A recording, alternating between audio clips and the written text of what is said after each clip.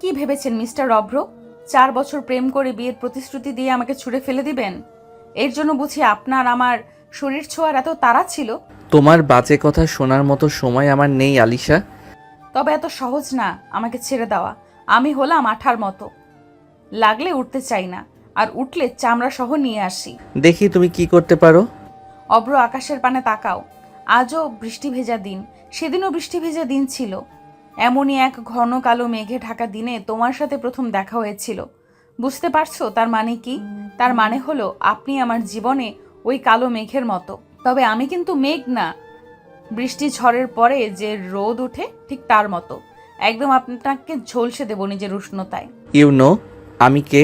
The great Ahiyan Avro. So দেখি তোমার মতো পাতি খরগোশ আমার মতো সিংহের সাথে কি করতে পারে। তবে আপনিও ভুলে যাচ্ছেন আমি কে। আলিশা চৌধুরী।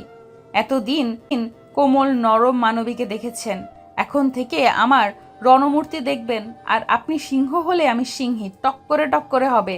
ওই যে প্রবাদের মতো ইট মারলে পাটকেল খেতে হয়। আমি অপেক্ষায় থাকবো তোমার অ্যাকশন দেখার।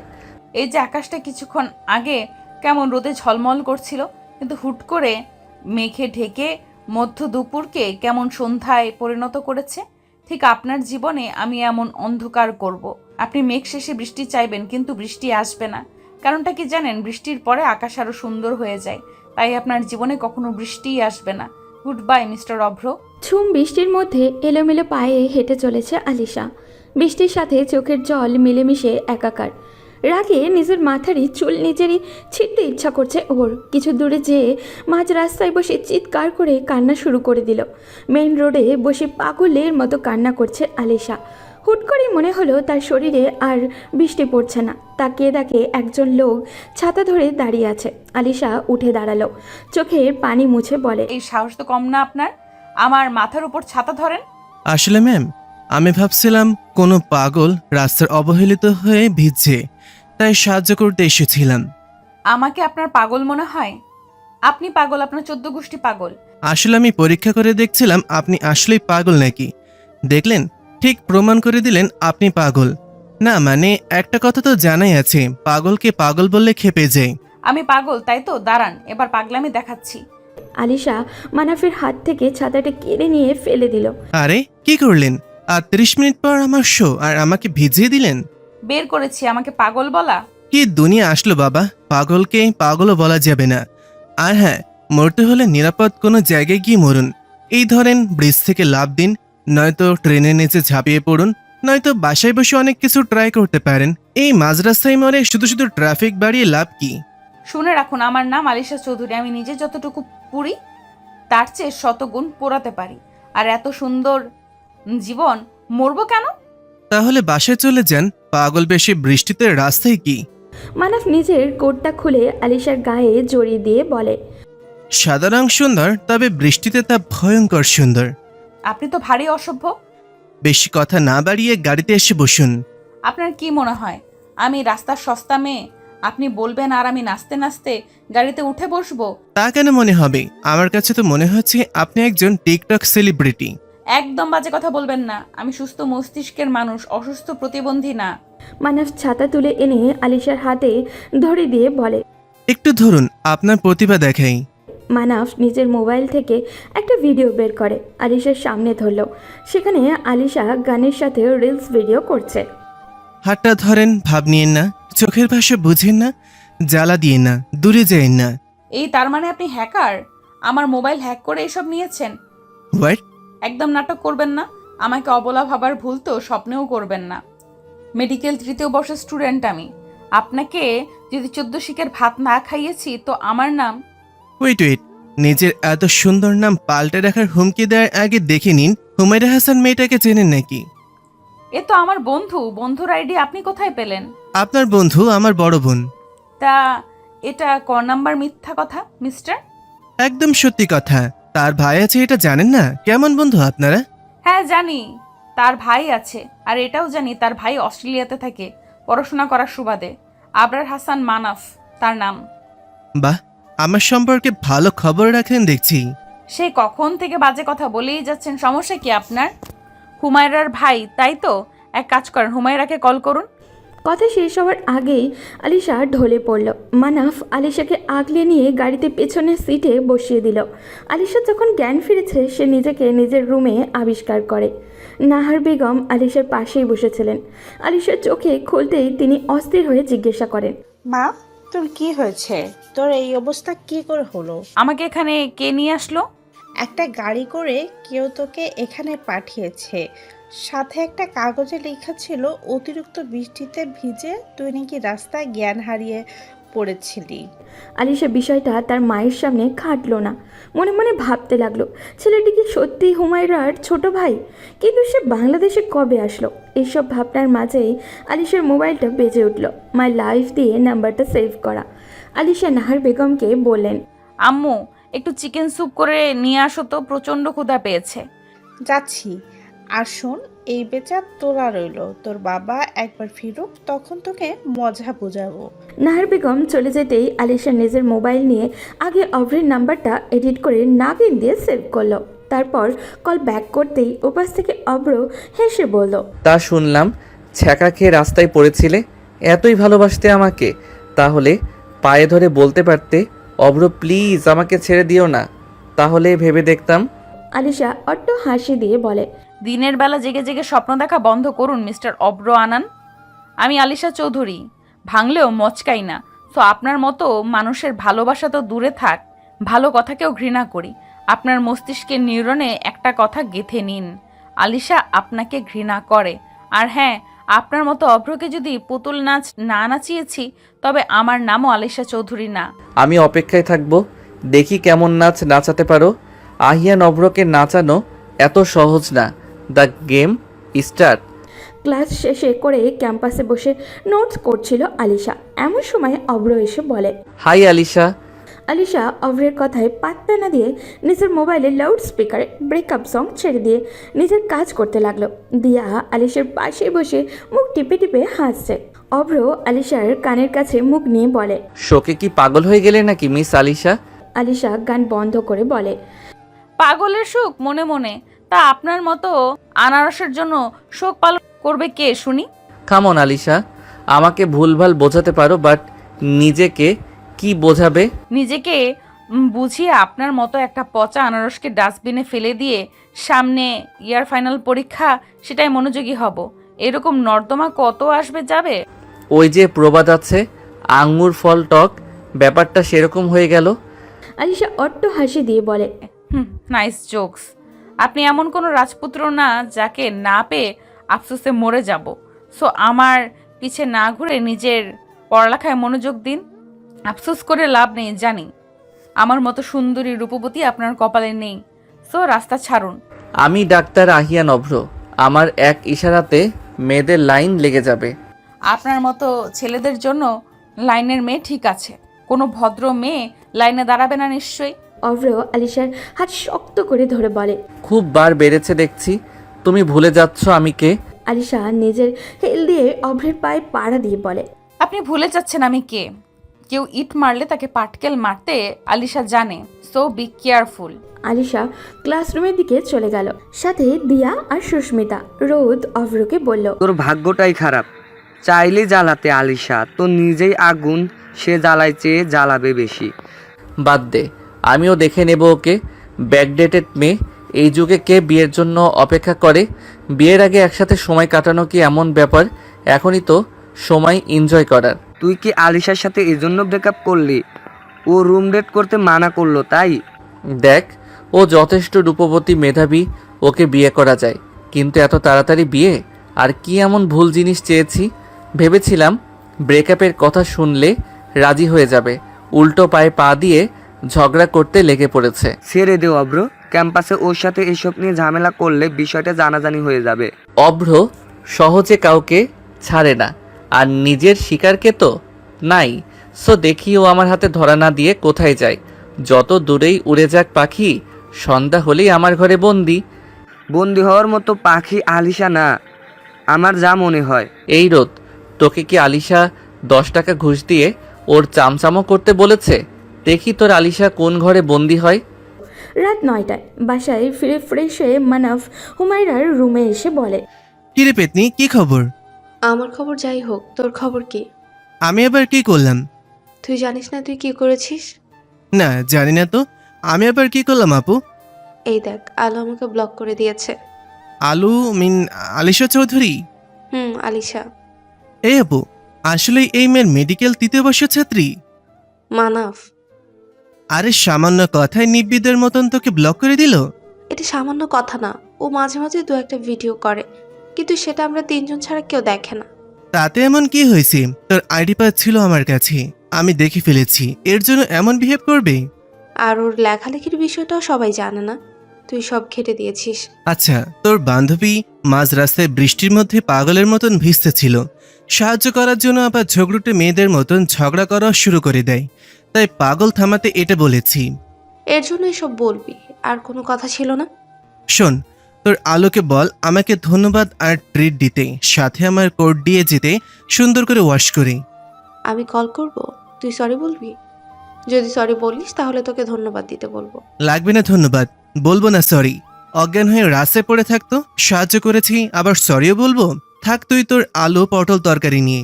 মানাফ, একদম ভালো হবে না বলে দিচ্ছি। ভালোই ভালোই সরি বলে দে। বলবো না সরি, কি করবি?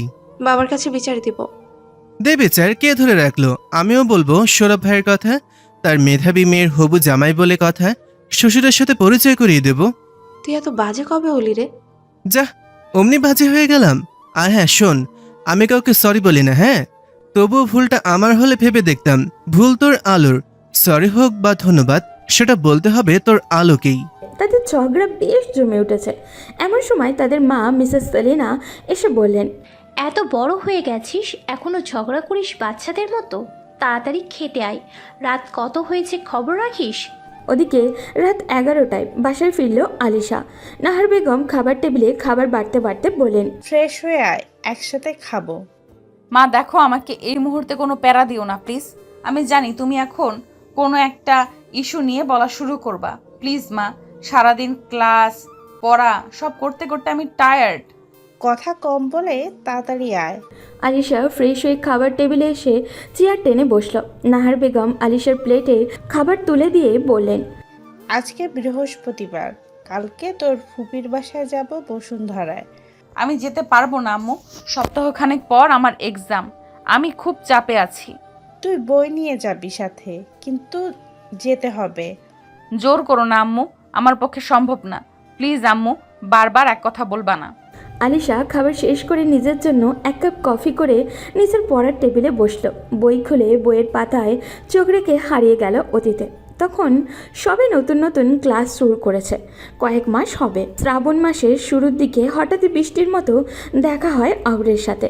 ক্লাস শেষে রাত 9টায় রাস্তায় দাঁড়িয়ে বাসের অপেক্ষা করছিল। হুট করেই ঝুম বৃষ্টি শুরু হয়। কোনো দোকানের ছাউনির নিচে যাবে তার আগেই অভ্র একটা ছাতা এগিয়ে দিয়ে বলে, এই যে মিস, কোন ইয়ার? আলিশা কথার উত্তর দিচ্ছে না, ছাতাও নিচ্ছে না। অভ্র নিজেই ছাতা মেলে দিয়ে বলে, আমি অভ্র, ফাইনাল ইয়ারের স্টুডেন্ট, সেম কলেজ। এবার আলিশা ছাতা হাতে নিল। ছেলেটাকে এতক্ষণ লক্ষ্য না করলেও এবার তাকালো ও। না, খারাপ মনে হচ্ছে না, তাই আস্তে করেই বলল, আমি প্রথম বর্ষের। ও নিউ, আচ্ছা কিছু মনে না করলে আমি তোমাকে ড্রপ করে দেই। আমার নিজের গাড়ি, মানা করবে না আশা করি। কিন্তু ভাইয়া, আমার আর আপনার রাস্তা তো ভিন্ন। রাস্তা চাইলেই এক করা যায়, চলো তো। ও হ্যাঁ, নামটা কি তোমার? আলিশা চৌধুরী। আলিশার ভাবনাটার মাঝেই পরপর কয়েকটা টেক্সট টোন বেজে উঠল ফোনে। ভাবনা থেকে বের হয়ে ফোনে হাত নিতেই টেক্সটগুলো পরে ভ্রু কুচকে ফেলে ও। টেক্সটগুলো কারণ নয়, অভ্রের পাঠানো। জান, আজকের তারিখ মনে আছে? তুমি কি সত্যি আমার সাথে ব্রেকআপ করতে চাইছো? তুমি কি সত্যি আমাকে ভুলে যাবে? আমার কথা তোমার মনে পড়ছে না? আমরা কত রাত কথা বলে পার করেছি। জাস্ট একটা রাত আমার সাথে কাটাতে বলেছি, এর জন্য তুমি আমাকেই ছেড়ে দেবে? আলিশার টেক্সটগুলোর দিকে তাকিয়ে চোখ ঝাপসা হয়ে উঠল। রিপ্লাইয়ে লিখেছে আর ডিলিট করেছে। ততক্ষণে চোখ থেকে নোনা জল গড়িয়ে পড়েছে। হুট করেই পরিচিত নাম্বারটা থেকে কল আসা শুরু করলো। রিসিভ করবে না করবে করতে করতে রিসিভ করে কানে ধরল মোবাইলটা। উপাস থেকে এলোমেলো শব্দে অভ্র বলছে, আমি তোমাকে ভালোবাসি, বুঝেছো? এই কথাটা মাথায় রেখো। অভ্র নিজের জিনিসে কারো ছায়া সহ্য করে না। মধ্যরাতে মাতাল হয়ে একটা মেয়ের সাথে অসভ্যতা করতে লজ্জা লাগে না? একদম আমার সাথে বাজে কথা বলবে না। একদিন সহ্য হলো না, ব্রেকআপ হওয়ার আগেই আরেকজন জুটিয়ে নিলে। আমি তো এই আলিশাকে চিনি না। অব্র, তুমি যদি ভাবো তোমার বাজে কথা আমি সহ্য করব, তাহলে ভুল ভাবছো। নিজের মতো ভাবো সবাইকে। একদম কথা বলবি না। তোর সাথে বিয়ের আগে বাসর করতে চেয়েছি, তাই বলে ব্রেকআপ মেনে নিলি? তাহলে দিন দুপুরে অন্য ছেলের বাহুতে কি করছিলি? তোমার বাজে কথা শোনার মতো টাইম আমার কাছে নেই। তোকে প্রথম দেখেছিলাম তোর স্কুলের র্যাক ডেতে। তারপর থেকে তোর কথা ভেবে তোকে কত খুঁজেছি। সেই আবার দেখা হলো আমার কলেজের রিইউনিয়ন অনুষ্ঠানে। তুই কেন আসলি সেদিন? না তুই আসতি, আর না তোর সাথে আমার প্রেম হতো। আলিশা কল কেটে দিল। এখন কথা বলাই বেকার। হাঁটুতে মুখ গুজে কান্না করতে শুরু করলো ও। সকালে নাস্তা করে বেরিয়ে পড়ল ক্লাসের উদ্দেশ্যে। আজ রাস্তায় তেমন কোনো গাড়ি নেই, সেই কখন থেকে দাঁড়িয়ে আছে। বৃষ্টির সময় এই একই সমস্যা। এদিকে ক্লাসের সময়ও হয়ে যাচ্ছে। হাতে ছাতা, কাঁধে ব্যাগ। মানাফ বিদেশে বড় হয়েছে। ওখানকার পড়াশোনার সিস্টেম আর বাংলাদেশের পড়াশোনার সিস্টেম এক না। ভেবেছিল ওখানে পিএইচডি করবে, কিন্তু তার হলো কই। পড়াশোনা জিনিসটা তার জন্য না। সে সবসময় একটু ডান পিটে, তাই পিএইচডি করার জন্য যাওয়া ছেলের ডিগ্রি বস্তায় ভরে 3টে বছর বাকি থাকতেই দেশে। তার বাবা মাও ভালোই বুঝেছেন ছেলে মেধাবী হলেও সেই মেধা জীবনে পড়াশোনার কাজে লাগবে না, তাই বিজনেসে জয়েন করানোই উত্তম। আজ সে অফিসে জয়েন করবে, তাই সকাল সকাল বের হলো বাসা থেকে। মানাফের সাথে হুমায়রাও আছে। গাড়ি চলছে। হুট করেই হুমায়রা বলে, ড্রাইভার গাড়ি থামান তাড়াতাড়ি। গাড়ি থামতেই হুমায়রা আলিশাকে কল করলো। যদিও গাড়ি দেখেই আলিশার বুঝতে বাকি নেই, গাড়ির ডোর খুলে ভেতরে ঢুকতে চিৎকার করে বলে, আপনি? আস্তে দোস্ত, তোর ফাটাবাসটা থামা প্লিজ। এই বাদরটা আমার ছোট ভাই। এইটা তোর ভাই? সিরিয়াসলি এই অভদ্র ভাইয়ের এত এত প্রশংসা করতি? এই যে মিস লেখিকা, আপনাকে সাহায্য করলাম, আবার অভদ্র হলাম? তা নয় তো কি? কারো ব্যক্তিগত ভিডিও পারমিশন ছাড়া দেখা কোথাকার ভদ্রতা? এটা আমি ভুল করেছি, কিন্তু ইচ্ছেতে না। ওর পাসওয়ার্ড হ্যাক করেছিলাম, ও কি করে সেটা দেখার জন্য। হুট করে আপনার ভিডিও সামনে চলে আসলো, দেখে ফেললাম। বাই দ্য ওয়ে, আপনার লেখা জাস্ট গল্পটা কিন্তু দারুণ। শুভকামনা আপনার আগামীর জন্য। আপনি আমার লেখা পড়েন? পড়ি মাঝে মাঝে, মোটামুটি ভালোই লেখেন, তবে আরও ইমপ্রুভমেন্ট দরকার। ব্যাপার না, চেষ্টা করলে হয়ে যাবে। আলিশা ছোট করে বলে, ধন্যবাদ। কি বললেন? শুনতে পাইনি, আবার বলুন। হুমায়রা, কলেজ গেটে চলে এসেছি। তুই নামবি নাকি থাকবি? ওদের আগে মানাফ নেমে গাড়ির ডোর খুলে দিল। হুমায়রা আর আলিশাও নেমে আসলো। দূর থেকে একজন শকুনে দৃষ্টিতে তাকিয়ে রইল। নিজের হাত নিজে মুষ্টিবদ্ধ করে রাগ নিয়ন্ত্রণ করা বৃথা চেষ্টা করে পাশের দেয়ালে সজোরে আঘাত করলো।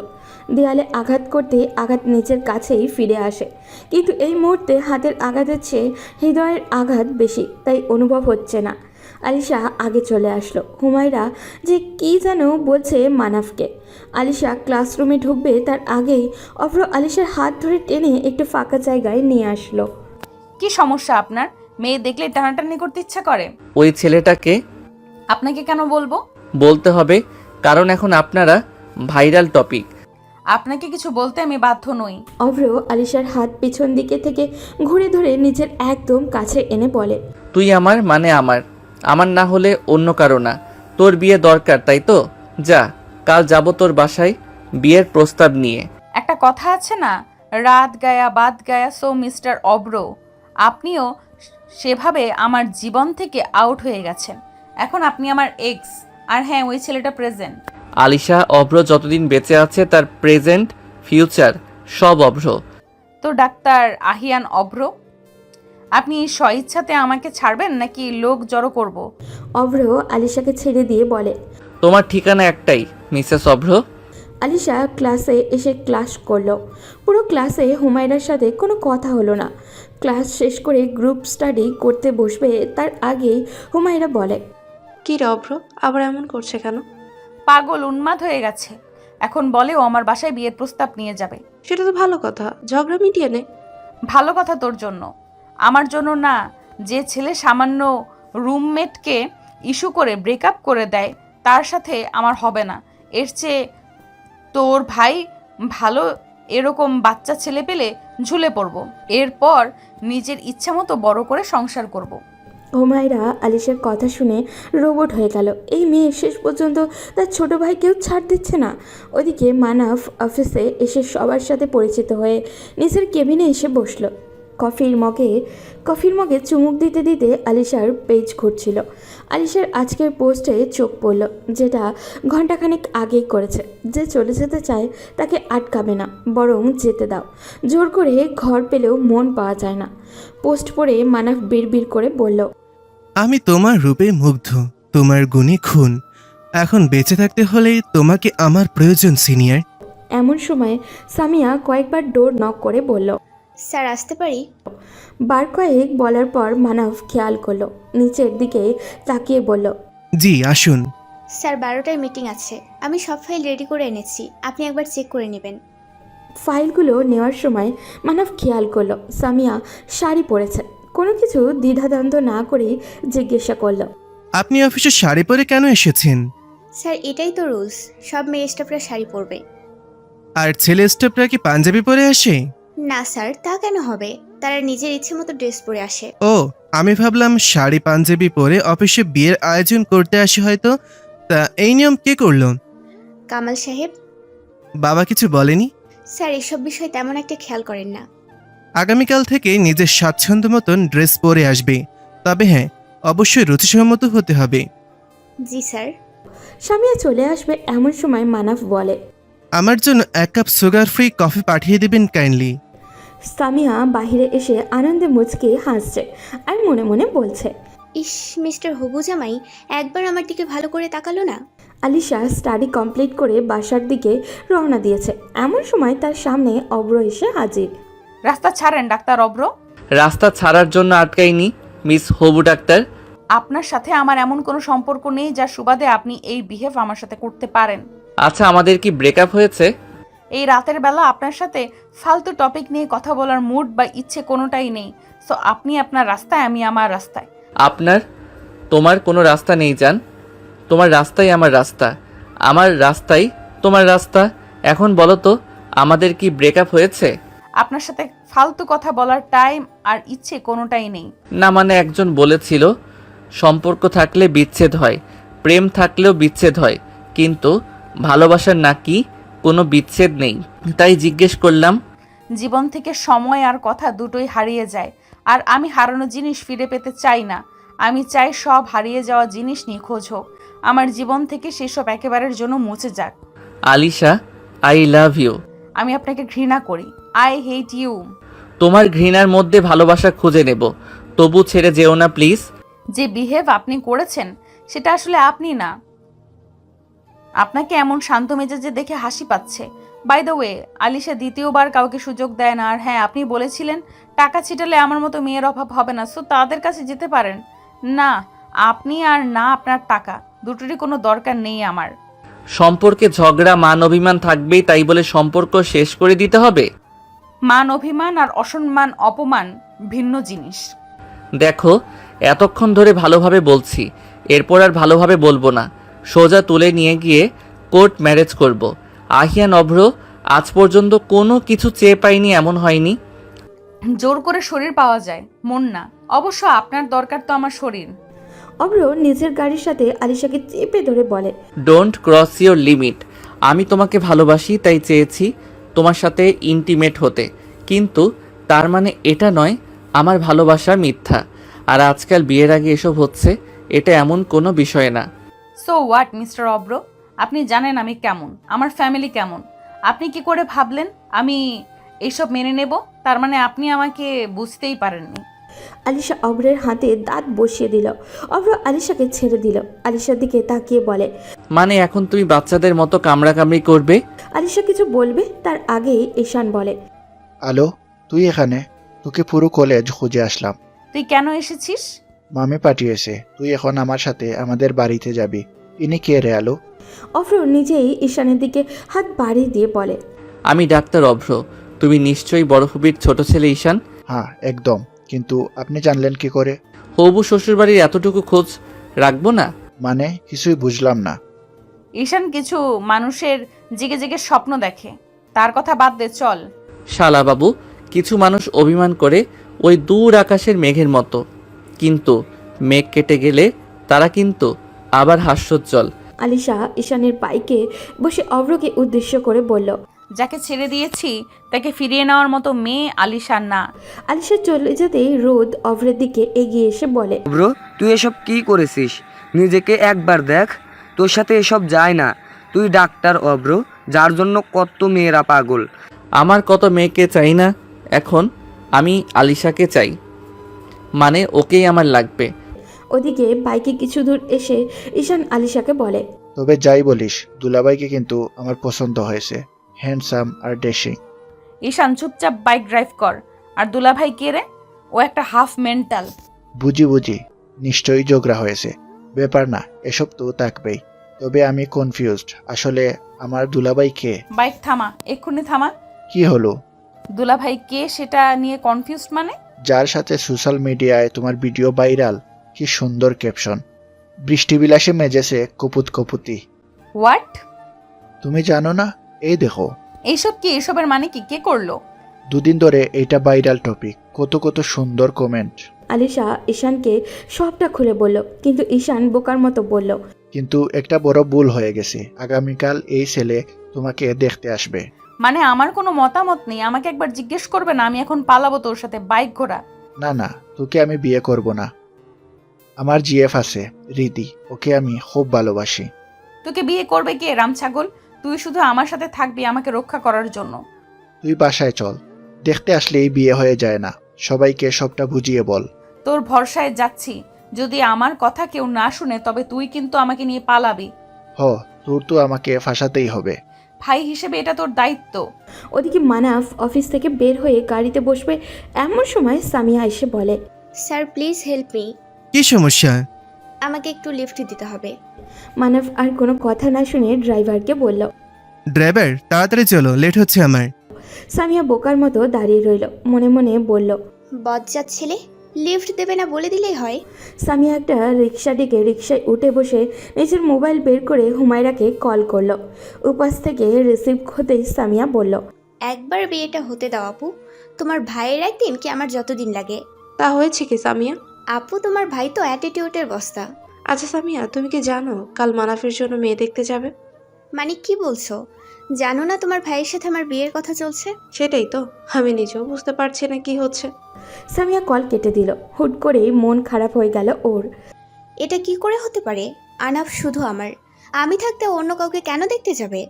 শান্ত নদী যেমন জোয়ারে ভরে ওঠে, ঠিক তেমনভাবে সামিয়ার চোখ ভরে উঠল। ওদিকে সেলিনা বেগম তার হাজব্যান্ড মনির সাহেবকে বললেন, কথা ছিল মানাফের জন্য আমার ভাইয়ের মেয়ে সামিয়াকে বউ করে আনবে। সেই জন্যই মেয়েটার পড়াশোনা বাদ দিয়ে অফিসে জয়েন করানো হলো। এখন কি হবে? কত কথাই তো থাকে, সব কথা কি রাখা হয়? ছেলে বড় হয়েছে, তার ইচ্ছে আছে, আমাদের কি এত? তাই বলে একবার মেয়েটার কথা ভাববে না? কত আশা ছিল এই বাড়ির বউ হবে। জীবনে কার সব আশা পূর্ণ হয় বলো তো? কিন্তু এইটা তো একরকম ধোঁকা। ব্যাস, অনেক হয়েছে, আর একটা কথাও শুনতে চাই না এই বিষয়ে। মানাফ তখন নিজের রুম থেকে বের হয়ে বলে, কোনো কথা আর হবে না বাবা। মনির সাহেব সেলিনা বেগম একে অপরের দিকে তাকিয়ে আছেন। মানাফ চেয়ার টেনে বসতে বসতে বলে, কি দেখছো বলো, কি কথা হবে না আর? মনির সাহেব হেসে বললেন, তোর বিয়ের কথা, আগে তোর মা সারাক্ষণ তোর বিয়ে বিয়ে করে পাগল করে দিত, আজকের পর থেকে তো সে কথা আর হবে না। কিন্তু আমার মনে হচ্ছে তুমি অন্য কোনো কথা বলছো, সেটা বলতে চাইছো না। তো মানাফের জন্য কোনো মেয়েকে দেখতে যাবে? তোর জন্য সারপ্রাইজ আপু, গেলেই দেখতে পাবি। দূর, আর জানা কত ইচ্ছে ছিল সামিয়াকে নিয়ে। হুমায়রা, সেসব কথা বাদ দাও। মনির সাহেব গম্ভীর কণ্ঠে বললেন কথাটা। হুমায়রা চুপ হয়ে গেল। মনির সাহেব কথা কাটিয়ে নেওয়ার জন্য বললেন, নতুন কিছু হচ্ছে সেটা নিয়ে ভাবো। ওদিকে আলিশা এসে ফ্রেশ হয়ে কাজিনদের সাথে বসেছে। মিম, ঈশান, শাফিন, ফাইজা সবাই মিলে গভীর চিন্তায়। শাফিন বলল, তুই কি বলতে চাচ্ছিস সেটা বল। আমি বিয়ে করতে চাইছি না। তোর আর অব্রর ভালোবাসাটা কেমন ছিল? আই মিন টাইম পাস নাকি সিরিয়াস? আমাকে দেখে তো টাইম পাস করার মতো মেয়ে মনে হয়? রাগ করছিস কেন? তাহলে অব্রকে ফোন কর আর মান্নাপের আগে আসতে বল। না, ওকে আর আমার লাইফে চাই না। যা শেষ হয়েছে সেটা শুরু করার প্রশ্নই ওঠে না। তাহলে আর কি করবি? ভালো মেয়ের মতো বিয়ে করে নে। তুমি বড় হয়েছো বাতাসে, বুঝলা? তোমার মাথায় হাড়ি ভর্তি গোবর। কই বিয়ে ভাঙার বুদ্ধি দিবা তা না, উল্টো আউল ফাউল কথা বলো। মানাফ আমার থেকে ছোট। তখন ঈশান পাশ থেকে বলল, সমাধান আমার কাছে আছে। এক কাজ কর, ওই ছেলে তো তোর পরিচিত, তুই ওকে বল বিয়ে ভেঙে দিতে। সেটাই ঠিক হবে। সেসব কিছু করতে হবে না। দেখতে আসতে চাইছে আসুক, আসার পর তোদের যখন আলাদা কথা বলতে দেবে তখন ছেড়ে দিবি ইচ্ছা মতো। বড় বোনের বান্ধবীকে বিয়ে করে শখ মিটে যাবে। আলিশা মিমের কথা শুনে কোনো প্রতিক্রিয়া না দেখে সন্দিহান দৃষ্টিতে বলল, সব বাদ, একটা জিনিস খেয়াল করেছো? ফাইজা সে কখন থেকে গভীর মনোযোগ দিয়ে কিছু ভাবছে। সবার চোখ যায় ফাইজারের দিকে। আলিশা ফাইজারের হাতে চিমটি দিয়ে বলে, কে রে ক্যাপ্টেন, প্রেমে টেমে পড়লি নাকি? জান, মানে? মানে কিছুই না, কোনো প্রেম টেম নেই। তোদের তালে পড়ে ভুলভাল বলে ফেলেছি। তুই যাই বলিস, এটা আমার বিশ্বাস করব না। সত্যিটা বল। সত্যিটা হলো আমি নতুন লেকচারারের প্রেমে পড়েছি। শফিক আহসান তার নাম। নামের মতোই কিউট দেখতে। ক্লাস কি করব তাকে দেখেই সময় পার হয়ে যায়। তারপর দিয়ে তোর প্রেম বের করে দেব। তোর বয়স হয়েছে প্রেম করার। ঈশানের এমন করার কথা শুনে আলিশা তীব্র প্রতিবাদ করে বলে, বাহ ভাই বাহ, নিজের বেলায় 16 আনা, পরের বেলায় 1 আনাও না। তো রিদি যেন কোন ক্লাসে পড়ে? আলো, সেসব কথা বাদ, এখন তোর বিয়ের কথা বল, সেটা কি করা যায়? এখন তো চুপ থাকতে বলবি। নিজে অন্যের বোনের সাথে প্রেম করবে সেটা কমন, আর তোর বোন প্রেম করলে জ্বলে যায় মন। তখন শাফিন বিরক্ত হয়ে বলে, আরে ইয়ার, তোরা থামবি? আমি তোদের বড়, ভুলে গেছিস নাকি? তুমি বড়, তুমি এই প্রেমের অনুমোদন করেছো, এবার সামলাও সবার প্রেম। সাফিন বেচারা লজ্জায় মাথা নিচের দিকে করে বসে থাকে। তখনই আলিশার ফুপি এসে কড়া গলায় বলেন, তোদের প্রেমের আলাপ বন্ধ হলে সবকটা খেতে হয়। একটা দামড়া হয়ে গেছে, এখনো নিজেদের ভালো বুঝে না। প্রেম করে বিয়ে করতে হবে কেন? আমরা প্রেম করিনি, আমাদের বিয়ে কি হয়নি? নাকি মন মতো জামাই পাইনি? মা, কি শুরু করলে? তুমি যাও, আমি ওদেরকে নিয়ে আসছি। আফিন, তোর জন্য সব কয়টা নষ্ট হয়েছে। তুই ভালো হলে ওরাও ভালো হতো। সব নষ্টের মূল তুই। বড় হয়েছি, এটাই সবচেয়ে বড় ভুল। এবার চুপচাপ ওদের নিয়ে খেতে হয়। মূল যেমন হবে শাখা তো তেমনই হবে। ফুফি চলে যেতেই সবাই হাসতে হাসতে গড়াগড়ি খেতে লাগলো। প্রত্যেকবার এটাই হয়, যে যাই বলুক বকা লাস্টে গিয়ে সাফিনের মাথায় ওঠে। ওদিকে ডাক্তার আরাফাত সাহেবের একমাত্র ছেলে আহিয়ান অভ্র নিজের বাবার মুখোমুখি বসে আছে। একটু দূরেই দিশা বেগম দাঁড়িয়ে আছে। বাপ ব্যাটার মেজাজ খুবই ঠান্ডা, তাই ভয়ে তার হাত পা ঠান্ডা হয়ে যাচ্ছে। ডাক্তার আফরাজ শান্ত স্বরে বললেন, মেয়েটি কে? ওর বাবা অ্যাডভোকেট আরিফ চৌধুরী, নাম তো শুনেছ। তার মেয়ে আলিশা আমাদের মেডিকেল কলেজের 3য় বর্ষের ছাত্রী। তা কতদিন ধরে এসব চলছে? বাবা, আমি ওকে ভালোবাসি, আমাদের মধ্যে চলাচলই নেই। তোমাকে বললাম, তুমি আমাকে তোমার ডিসিশন শোনাও। মেয়ে আমার পছন্দ, তবে শর্ত হলো কোনো রকম অভদ্র আচরণ আমি মানব না। এই বাড়ির বউ হতে হলে বাড়ির রুলস ফলো করতে হবে। এটা বাড়ি, জেলখানা না। এখানে কিসের রুলস? আর হ্যাঁ, তোমার ক্যালকুলেশনে ভুল হচ্ছে। আলিশা যথেষ্ট ভদ্রবে, ওকে তোমার ভদ্রতা শেখাতে হবে না। কবে দিতে হবে আমাদের? যত দ্রুত সম্ভব। যাও, মেনে নিলাম, তবে মনে রেখো মানিয়ে কিন্তু তোমাদেরই নিতে হবে। তুমি ওকে আমার করে দাও, বাকি সব আমি বুঝে নেব। ওকে, তুমি রিল্যাক্স হও, আমি তাড়াতাড়ি তোমাদের বিয়ের ব্যবস্থা করব। অভ্র যাওয়ার আগে নিজের বাবার দিকে তাকিয়ে বলে গেল, বিশ্বাস করলাম, আমি জানি আমার বাবা কথার খেলাপ করে না। অভ্র চলে যেতেই দিশা বেগম নিজের হাজব্যান্ডের দিকে এক গ্লাস পানি এগিয়ে দিয়ে বলেন, এত সহজে মেনে নিলে? একমাত্র ছেলে, হাত ছাড়া তো করা যাবে না। আর মেয়ের ফ্যামিলি ভালো, সমস্যা তো নেই। আর দুজনেই যেহেতু একই লাইনে, দুজনকে বুঝতে সুবিধা হবে। দেখো, ছেলের সাথে কোনো মাইন্ড গেম খেলো না। তুমি জানো আমার ছেলে কেমন, একই রক্ত তোমাদের। তাই যা মুখে বলছো সেটাই করবে আশা করি। তুমি কি ভাবছো আমি বাইরে যেভাবে কেস সলভ করি পরিবারের সেভাবে করব? না মাই ডিয়ার ওয়াইফ, এখানে যা করব মন থেকেই করব। 2-1 দিনের মধ্যেই মেয়েকে দেখে আংটি বদল করে রাখবো, তারপর বিয়ের ডেট ফিক্সড করে বিয়ে।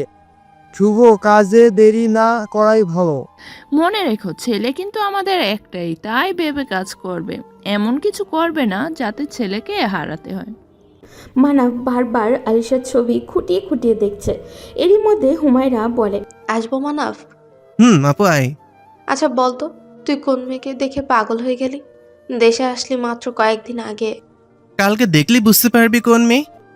মানাফ, ভালো লাগা আর ভালোবাসা কিন্তু ভিন্ন জিনিস। কোন জিনিস দেখলেই ভালো লাগে, কিন্তু ভালোবাসা তো সহজ না। সেটা তোর থেকে আমি ভালো জানি। সর, বুড়িদের মতন জ্ঞান দিবি না। একটা কথা মনে রাখিস, একটা ভুল ডিসিশন অনেকগুলো মানুষের জীবন এলোমেলো করে দিতে পারে, আর একটা সঠিক ডিসিশন সব কিছু এলোমেলোকে আবার গুছিয়ে নিতে পারে। সর, আমি কি এখনো বাঁচি নাকি? আর তুই কাল দেখলি বুঝতে পারবি ভুল না ঠিক। যাকে ভালোবাসেছি তাকেই বিয়ে করতে হবে এমন তো কোনো নিয়ম নেই। আমি তো 1000 বছর পরেও বলতে পারবো, হ্যাঁ এই মানুষটাকে আমি ভালোবাসতাম। ঠিক তখন ভেতর থেকে আওয়াজ আসবে, এখনো তো বাসিস। তখন আমি অন্য কারো, সে অন্য কারো, কিন্তু আমার ভালোবাসাটা একান্ত আমার। তবুও ফিরবো না, তবুও ফেরাবো না। কিছু ভালোবাসায় দূরত্ব থাকাই শ্রেয়। অভ্র নিজের নিউজ ফিডে সদ্য আলিশার পোস্ট দেখে। কিছুক্ষণ তাকিয়ে রইল, খুব শান্ত মেজাজে একটা কমেন্ট করলো, ভুল থেকে যদি ভালো কিছু হয় তবে সেরকম ভুল ক্ষমা করে জীবনটাকে নতুন রঙে রাঙিয়ে নেওয়া ভালো। হারিয়ে ফেলার আগেই ফিরিয়ে নিতে হয়। রাত বাজে 1টা। আলিশা অভ্রের কমেন্ট দেখে সাথে সাথে পোস্ট ডিলিট করে দিল। অভ্র হেসে বলে, তোমাকে আমার কাছে ফিরতেই হবে। আমি এতটাও লুজার না, দেখি তুমি কতটুকু উঠতে পারো। অভ্র ছাড়া আলিশার অন্য কোনো খাঁচা নেই। সবাই ঘুমিয়ে আছে। রাতের গভীরতার সাথে নিস্তব্ধতাও বাড়ছে। একাকিত্ব আর দুঃখগুলো মাথা চাড়া দিয়ে উঠেছে। রাতের গভীরতা তারাই মাপতে পারে যারা রাতে ঘুমের পরিবর্তে বিরহ বয়ে বেড়ায়। জানলার পর্দা সরিয়ে গ্রিলে মাথা দিয়ে দূর আকাশের পানে তাকিয়ে থাকতে থাকতে অতীত কিছু স্মৃতি ভেসে উঠল আলিশার চোখে। অভ্র আলিশা দুজনেই দিনের বেলায় ব্যস্ত। পড়ালেখা শেষ করে তাদের কথা বলা শুরু হতো 12টার পরে। বেশিরভাগ সময়ে আলিশা ঘুমিয়ে পড়তো। ওপাশ থেকে অভ্র টেক্সটের পর টেক্সট করেই যেত, এপাশ থেকে কোনো উত্তর নেই। ঠিক এমন হলো আরও একদিন। সেদিন অভ্র বলেছিল যাই হোক আজ ঘুমাবে না। আলিশা চেষ্টা করেও ব্যর্থ। পরদিন সকালবেলা যখন মেডিকেলে পৌঁছালো, অভ্র আলিশার সাথে রেগে একটু দূরত্ব বাড়িয়ে নিল। আলিশা দৌড়ে অভ্রের সামনে গিয়ে বলে, তুমি রাগটা কার সাথে করবে, আমার সাথে নাকি ঘুমের সাথে? আমার কোনো রাগ নেই। এই কথার মধ্যেই তো একাকার অভিমান, রাগ, অভিযোগ লুকিয়ে আছে। এটা নতুন কি? আমাকে রেখে একজন ঠিক ঘুমিয়ে পড়ে। বিশ্বাস করো, আমি ঘুমের 1 সেকেন্ড আগেও জানি না আমি ঘুমিয়ে পড়বো, কিন্তু জানো ঘুম ভাঙার পর আমার কতটা কষ্ট হয়, নিজের প্রতি রাগ হয়।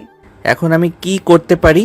আমি বলবো না, আর এমন হবে না, কারণ আমার প্রতি আমার বিশ্বাস থাকলেও ঘুমের প্রতি নেই। তাই মাঝে মাঝে আমি ঘুমিয়ে পড়লে রাগ না করে তুমিও ঘুমিয়ে পড়বা। কেউ কি বুঝে সে চলে যাওয়ার পর আর চোখের পাতায় ঘুম ধরা দেয় না? আমাকে আর একটু কম ভালোবাসবা? এত ভালোবাসলে আমার ভেতর ভয় তৈরি হয়। কিসের ভয়?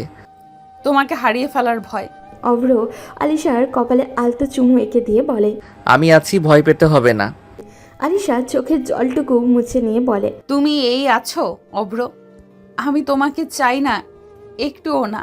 তোমাকে পেলে আমি নিজে হেরে যাব নিজের কাছে। কাঁদতে কাঁদতে শেষ রাতের দিকে ঘুমিয়ে পড়ল আলিশা। সকালবেলা সবার হইচই শুনে পিটপিট করে চোখ খুলে মোবাইল হাতে নিয়ে দেখে 12টা ছাড়িয়েছে। নাহার বেগম এসে বলছেন তাড়াতাড়ি উঠে রেডি হয়ে নিতে, ওনাদের আসার সময় হয়ে যাচ্ছে। আলিশা চোখ ডলতে ডলতে বলে, এই দুপুরবেলা কে আসে আম্মু? তোর এত কিছু বুঝতে হবে না, তাড়াতাড়ি রেডি হ। ওনারা এখানে এসে দুপুরের খাবার খাবেন, তাড়াতাড়ি কর। আর হ্যাঁ, এই যে শাড়ি গয়না রেখে গেছি, রেডি হবি সুন্দর করে। কি শুরু করলে আম্মু? আমার কি বিয়ে যে শাড়ি গয়না পরে রেডি হব? বেশি যদি বাড়াবাড়ি করো তাহলে আমি কিন্তু ছেলেপক্ষের সামনে যাবই না। এত কথা শুনতে চাই না, যা বলছি তাই করবে, তাড়াতাড়ি রেডি হও। নাহার বেগম চলে যেতেই আলিশা ভাবে সে তো বিয়েই করবে না, আবার শাড়ি পরে সংসারে যাবে কেন? আলিশা উঠে ফ্রেশ হয়ে আসলো। ডাইনিং রুমে এসে নাস্তা নিয়ে নাস্তা করছে। মিম এসে বলল, তাড়াতাড়ি নাস্তা শেষ করে রুমে চল। ছেলের মা আর বোন চলে এসেছে। ছেলে আর ছেলের বাবা জুমার নামাজের পর আসবে। আলিশা নাস্তার প্লেট নিয়ে রুমে চলে আসলো। রুমে এসে বলে, এরা এমন রাক্ষস কেন সেটা বলো। কে মেয়ে দেখতে এসে মেহমানদের মতো দুপুরের খাবার খায়? বাদ দে, যেমন ইচ্ছে হোক, তাতে তোর কি? বিয়ে তো করছিস না, এখন তাড়াতাড়ি শাড়ি পরে নে। মাথা খারাপ নাকি? আমি পরবো শাড়ি? তুই পরবি? কথা কম বল, যা বলছি তাই কর। ডিম একদম বড়গিরি দেখাতে আসবি না। তুই মাত্র 1 বছরের বড় আমার। আলো, তাড়াতাড়ি শাড়ি পরে নে। তারপর এদিকে শোন, কানে কানে। ওয়াও, দারুণ আইডিয়া। ঠিক আছে, এক্ষুনি রেডি হচ্ছি। আলিশা ঝটফট রেডি হয়ে নিল। আয়নায় নিজেই নিজেকে দেখে অবাক হলো। ওদিকে হুমায়রা আর দিশা বেগম এসেছেন বেশ অনেক সময়ই হলো। তাদের সামনে নানান রকমের নাস্তা। হুমায়রা বোর হচ্ছিল। মিম সবে মাত্র এসেছে অতিথি দেখতে। হুমায়রা দেখে বলে, হিমু, তুই এখানে?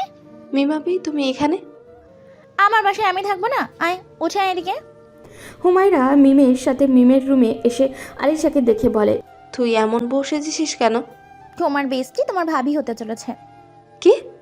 তার মানে তোর এই বদমাস ভাই, এটা তুই তাকে আটকাতে পারলি না পেতনি? চুপ যা, আমি কি জানতাম নাকি তোকে দেখতে আসবে? মানবকে জিজ্ঞেস করলাম, সে বলল সারপ্রাইজ। এবার বিয়ে ভাঙার দায়িত্ব তোর। এটা কোনো ব্যাপার হলো? মানে মানবকে তো রিলেশনের কথা বললেই হবে। কিন্তু এখন তো আমাদের দুধান সিঙ্গেল। মিমের কথা শুনে হুমায়রা বলে, তাহলে বিয়ে হয়ে যাক, সমস্যা কি? একদম বাজে কথা বলবি না। বিয়ে করব না এখন। আর তোর ছোট ভাইকে তো কোনোভাবেই না। তা করবি কেন? ডাক্তার অভ্রের সাথে ব্রেকআপ হওয়ার শোক তো পালন করবি। তাই করব। ভালোবাসা তো আর সহজ না। ইচ্ছে হলো বাসলাম, ইচ্ছে হলো ছেড়ে দিলাম। মানুষটাকে ছেড়েছি, ভালোবাসা না, তার স্মৃতিগুলো আমার সাথে আছে। এক সময় এই মানুষটাকে কল্পনা করেই ঘুমাতে যেতাম, তাকে কল্পনা করেই স্বপ্ন সাজাতাম। এত সহজ সেসব ভুলে যাওয়া? কিন্তু জীবন তো থেমে থাকবে না, তাই না? আবেগ দিয়ে তো আর সামনে এগোতে পারবি না। আমিও জানি সেটা, কিন্তু আমার সময় লাগবে নিজেকে গুছিয়ে নিতে। আচ্ছা, আজকের দিনটাই ভালোভাবে কেটে যাক, মানবকে বুঝিয়ে বলবো আমি। এরই মধ্যেই নাহার বেগম এসে বললেন, হুমায়রা, তুমি আলিশাকে সাথে করে নিয়ে এসো। ওনারা আগে ওকে দেখবে, তারপর খাওয়া দাওয়া করবে। জি আন্টি, আমরা আসছি। ঈশান অভ্রকে কল করে সবটা বলে দেয়। অভ্র রেডি হয়ে বলে, এটা তুমি ঠিক করলে না আলিশা চৌধুরী। আমি থাকতে তুমি অন্য কারো কিভাবে হও সেটা দেখি, আর এর শাস্তিও তোমাকে পেতে হবে। তুমি কিভাবে রাজি হলে অন্য আরেকজনের বউ হতে? এই তোমার ভালোবাসা, যেটা তুমি দুদিনে ভুলে গেলে? আমার ভুল বুঝতে পেরে আমি সেটা শুধরে নিতে চেয়েছি, কিন্তু তুমি সেটা করতে দিলে না। ভালো রূপ দেখছো, কিন্তু এই আহিয়ান অভ্রের ঘৃণা আর ভয়ঙ্কর রূপ দেখনি। পাত্র হিসেবে আলিশাকে দেখে মনে মনে ক্ষুব্ধ হলেন দিশা বেগম। তিনি ভেবে বসলেন আলিশা হয়তো আগে থেকেই মানবকে ভালোবাসতো। এরই জন্য হুমায়রার সাথে আলিশার এত ভালোবাসার সম্পর্ক। দিশা বেগম আলিশার হাতে একটা বালা পরিয়ে দিলেন। মনে তার এক আকাশ অভিমান। তার পুরো পরিবার তাহলে আগেই জানতো পাত্রীকে? ভুল ধারণা পুষে মনের মধ্যে বিষ তৈরি করেছে। শাফিন বলল, তাহলে এবার ছেলে মেয়ে একটু ছাদের রেলিং ঘেঁষে এই কড়া রোদে দাঁড়িয়ে আছে দুজনেই চুপ। কারো মুখে কোনো কথা নেই। নীরবতা ভেঙে আলিশাই বলল, আমি এই বিয়ে করতে পারবো না। কেন? আমার বয়স কম তাই? সেরকম কিছু না, আর এটা এখনকার যুগের কোনো সমস্যা না। তাহলে স্পেসিফিক কোনো কারণ? সেটা তো আপনার জানার প্রয়োজন নেই। আমি বলছি আমি বিয়ে করব না, মানে আমার বিয়ে করার কোনো ইচ্ছে নেই। সেটা আমাকে কেন বলছো? তোমার পরিবারের লোকদের বলো। তাদের বলতে পারলে নিশ্চয়ই আপনাকে বলতাম না। তাহলে আমাকেও বলে কোনো লাভ নেই, কারণ আমি বিয়ে তোমাকেই করব। দেখুন, আপনি 2 বছরের বাচ্চা না। আপনি বায়না করবেন, জেদ করবেন, অ্যাডাল্ট পারসন। সো বোঝার চেষ্টা করুন।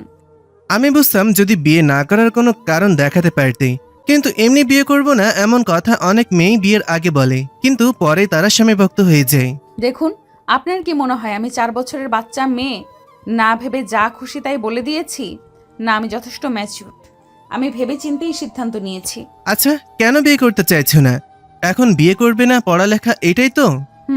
এখন আমি আমার ক্যারিয়ারে ফোকাস করতে চাই। ধরো আমাদের বিয়ে হয়ে গেল, আমি কি তোমাকে তোমার স্বপ্ন পূরণে বাধা দেব? কখনোই না।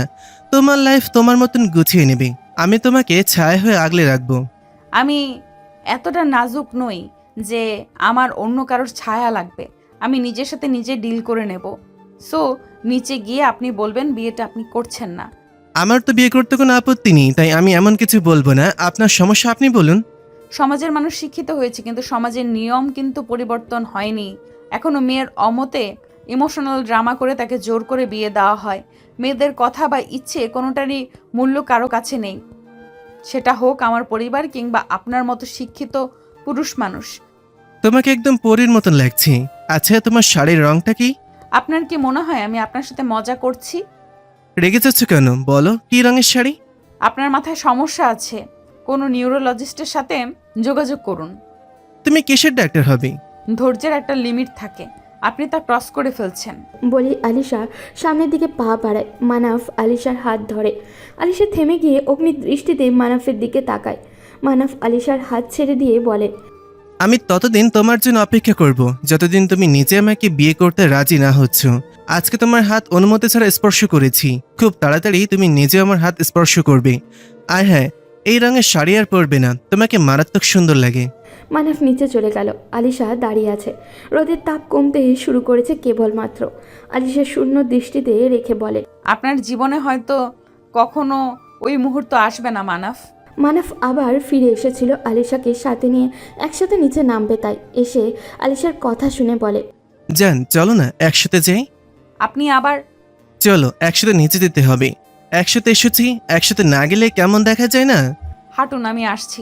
ওদিকে অভ্র কাছাকাছি এসে ঈশানকে কল করলো। ঈশান বলল, ওনারা এখনো বাসায়, আর একটু পর বের হবে। বের হলেই আমাকে বলবা। কল কেটে অভ্র নিজের ফোন থেকে লাগাতার আলিশাকে কল করতে থাকে। সমস্যা কি আপনার? সেই কখন থেকে কল করেই যাচ্ছেন, ভদ্রতা কি বেঁচে খেয়েছেন? ও baby, you are so cute. তুমি এত কিউট কেন বলো তো? একদম মিঠাই বাড়ির রসগোল্লা। আপনার সাথে রসের কথা বলার মতো ফালতু সময় আমার নেই। তুমি বাহিরে আসবে নাকি আমি তোমার ফুপির বাসায় আসবো? আমিও আসবো না, আপনিও আসবেন না। কি বলো চান? একজনকে তো আসতেই হবে, হয় তুমি নয় আমি। সমস্যা কি আপনার? কেন পড়ে আছেন আমার পিছু? মন চাচ্ছে তাই। এত কথা বলার কি আছে? আমি আসছি, তোমার আসতে হবে না। ভুলেও না। তুমি কোথায় আছো বলো, আমি আসছি। সুপার শপের সামনে, তাড়াতাড়ি আসো ডিয়ার। আলিশা ফোন বেডে ছুঁড়ে ফেলে, শাড়ি চেঞ্জ করে আসলো। দু হাতে মাথা চেপে চোখ বন্ধ করতেই ভেসে উঠল সেই দিনের ঘটনা, অতীত। একটা মেডিকেল ক্যাম্পে গিয়েছিল আলিশারা, সেখানে অভ্রও ছিল। দিনগুলো ভালোই কাটছিল, কিন্তু হুট করে একদিন বিকেলে অভ্র কল করে বলে, আলিশা, আজ বিকেলে দ্য লাস্ট মুন রিসর্টে আসো তো, সারপ্রাইজ আছে তোমার জন্য। কিসের সারপ্রাইজ? আজকে তো কোনো বিশেষ ডে না। সারপ্রাইজ দিতে বিশেষ ডে লাগে, আর এত প্রশ্ন করছো কেন? আসতে বলছি, আসবা। আচ্ছা আসবো। ঠিক সময় রেডি হয়ে বের হয়ে গেল আলিশা। হুমায়রাকেও সাথে নিতেই চাইলেই অভ্র রাগ করবে এটা ভেবে নিল না। পার্পল কালারের শাড়ি আর হালকা সাজ, এতেই অপরূপা লাগছিল আলিশাকে। আস্তে আস্তে মাগরিবের আজান দিয়ে দিয়েছে। আলিশা রিসর্টে আসতে কয়েকজন স্টাফ আলিশার হাতে ফুলের বুকে দিয়ে ওয়েলকাম করে বলে, ম্যাম, দ্বিতীয় তলায় 425 নাম্বার রুম। আলিশা এসে রুমের দরজা খুলতেই তার পুরো দুনিয়া ঘুরে গেল। পুরো রুমটা ফুলে ফুলে সজ্জিত, মনে হচ্ছে কোনো হানিমুন কাপেলের জন্য স্পেশাল ডেকোরেট করা। রুমের চারপাশে একবার চোখ বুলিয়ে পিছু ফিরে পা পাড়াতেই অভ্র আলিশাকে এক টানে নিজের কাছে নিয়ে আসলো। অভ্র আলিশার কোমরে এক হাত রেখে আলিশাকে একদম নিজের বাহুতে বন্দি করে নিল। আলিশা আর অভ্র দুজন একদমই কাছাকাছি। আলিশা কিছুক্ষণ দম নিয়ে নিম্ন স্বরে বলল, অভ্র এইসব কি? অভ্র এক হাত দিয়ে আলিশার গালে স্লাইড করতে করতে বলল, ভালোবাসার রেইনবো, আজকে আমার রঙে তোমাকে আরও রঙিন করে তুলবো। ভালোবাসি জান, আজকে কোনো না শুনবো না। আলিশা নিজের সর্বশক্তি দিয়ে অভ্রকে ধাক্কা দেয়। হঠাৎই এমন হওয়ায় অভ্র কিছুটা দূরে সরে গিয়ে পিছনে থাকা কাভার্ডের সাথে বাড়ি খায়। আলিশার রক্ত চক্ষু নিয়ে অভ্রের দিকে তাকিয়ে বলে, সিরিয়াসলি অভ্র, তুমি আমাকে এমন মেয়ে ভাবো? তোমার মনে হলো এমন সারপ্রাইজ দেখে নাচতে নাচতে আমি তোমার সাথে এইসব করতে রাজি হয়ে যাব? আমি আলিশা আমার বাবার গর্ব, মায়ের সম্মান, আর আমি তাদের বিশ্বাস ভরসা নষ্ট করে এসব করব? অভ্র নিজেকে শান্ত করে রেখে বলে, আলিশা, আমরা বয়ফ্রেন্ড গার্লফ্রেন্ড, আমাদের মধ্যে এসব হওয়াটা স্বাভাবিক। এখানে খারাপ কি? সেটাই অভ্র, তোমার চোখে এটা ভালো, আমার চোখে এটা নোংরামি। তোমার যদি এতটাই চাহিদা, তাহলে চলো এক্ষুনি আমরা বিয়ে করব, তারপর মিটিয়ে নাও তোমার সব চাহিদা। আমার নিজের সম্মান এভাবে কলুষিত আমি করতে পারবো না। কথাটা বলেই আলিশা রুম থেকে বের হওয়ার জন্য পা বাড়ালো। এই রুম থেকে বের হওয়ার জন্য একটা শর্ত আছে, হয়তো আমার কাছে আসবে, নয়তো আমাদের সম্পর্ক এখানেই শেষ। যেই মেয়ে সামান্য বিশ্বাস করে নিজেকে আমার কাছে সমর্পণ করে দিতে পারে না, তাকে ডাক্তার আহিয়ান অব্রের চাই না। যে ছেলে একটা মেয়েকে সম্মান করতে পারে না তাকে আমি চাই না। এবার বাস্তবে ফিরি। মুখোমুখি বসে আছে আলিশা আর অভ্র। অভ্র অপরাধীর সুরে বলল, দেখো, আমি মানছি আমি যা করেছি ভুল করেছি। এখন যা হয়েছে সব ভুলে যাও, আসো নতুন করে শুরু করি। ভুলে যাও বলা যতটা সহজ, ভুলে যাও ততটা সহজ না। আমি কি করে ভুলে যাব সেদিনের কথা? আপনি কি বিহেভ করেছিলেন? মুভ অন করুন, দেখুন মুভ অন করুন। আপনি আপনার পথে, আমি আমার পথে, রাস্তা ভিন্ন।